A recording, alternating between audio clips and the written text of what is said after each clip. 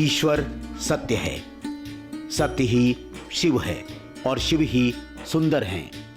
इसी सत्यम शिवम सुंदरम की अवधारणा के पीछे ईश्वर की विराट सत्ता है जो एक है। वही विश्व ब्रह्मांड की सत्ता भी है। इसी से वसुधैव कुटुंबकम की परिकल्पना ने भारत की पहचान को स्थापित किया है। अजगर करे न चाकरी, पंछी करे न काम, दास मलुका कह गए सबके दाता राम। भारत की धरती संतों फकीरों की धरती रही है जो ईश्वर के एकात्म भाव को आगे बढ़ाते रहे हैं। कड़ाधाम में ही महान संत मलुकदास जन्मे। मुगलिया सल्तनत के बादशाहों के काल में जब औरंगजेब की सत्ता थी तो उसकी कट्टरता के बावजूद गंगा नदी की पवित्रता को लेकर वो सक्रिय रहा।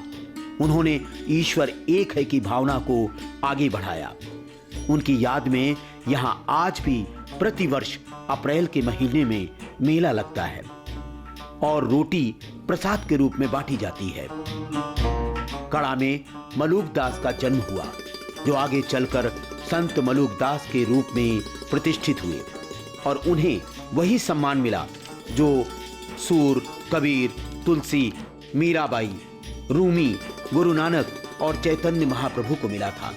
संत मलुकदास अर्थात जाति पात के बंधनों से दूर अध्यात्म की साक्षात प्रतिमान मूर्त, जिन्होंने कहा भी है ना ऊंच ना कोई नीच नहीं देखता। हिंदू, मुस्लिम, सिख, ईसाई सभी जात धर्म के लोग यहाँ पे आके प्रसाद ग्रहण करते हैं।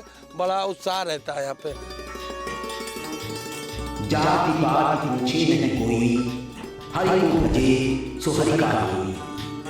अर्थात ईश्वर के सामने जाति पाति नहीं है। कोई भी जो पूजन अर्चन आराधना करता है ईश्वर उसी के साथ होते हैं।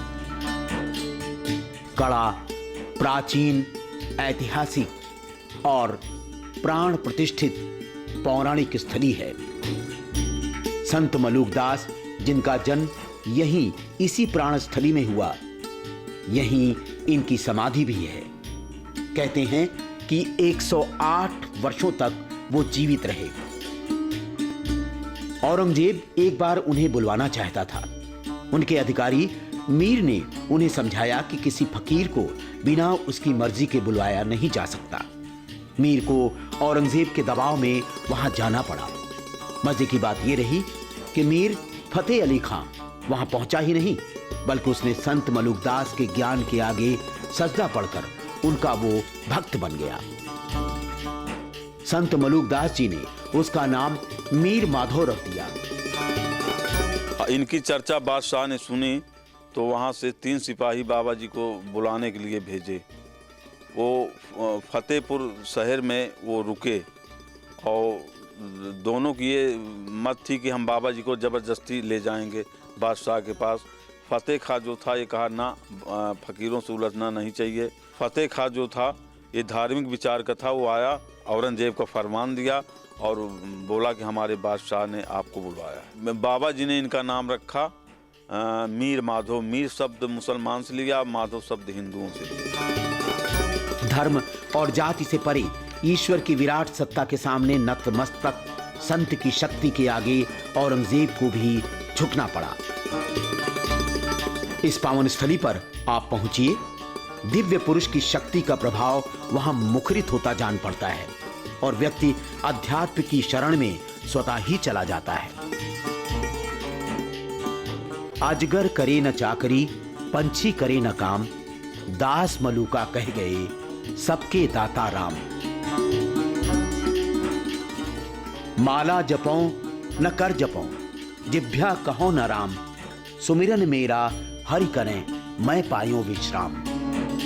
सन 1682 में उनकी यह लीला समाप्त हुई, परंतु उनकी प्रेरणा भरे ज्ञान शब्द आज भी इस पावन स्थली में गूंजते हैं जो विश्व बंधुत्व की भावना को स्थापित करते हैं।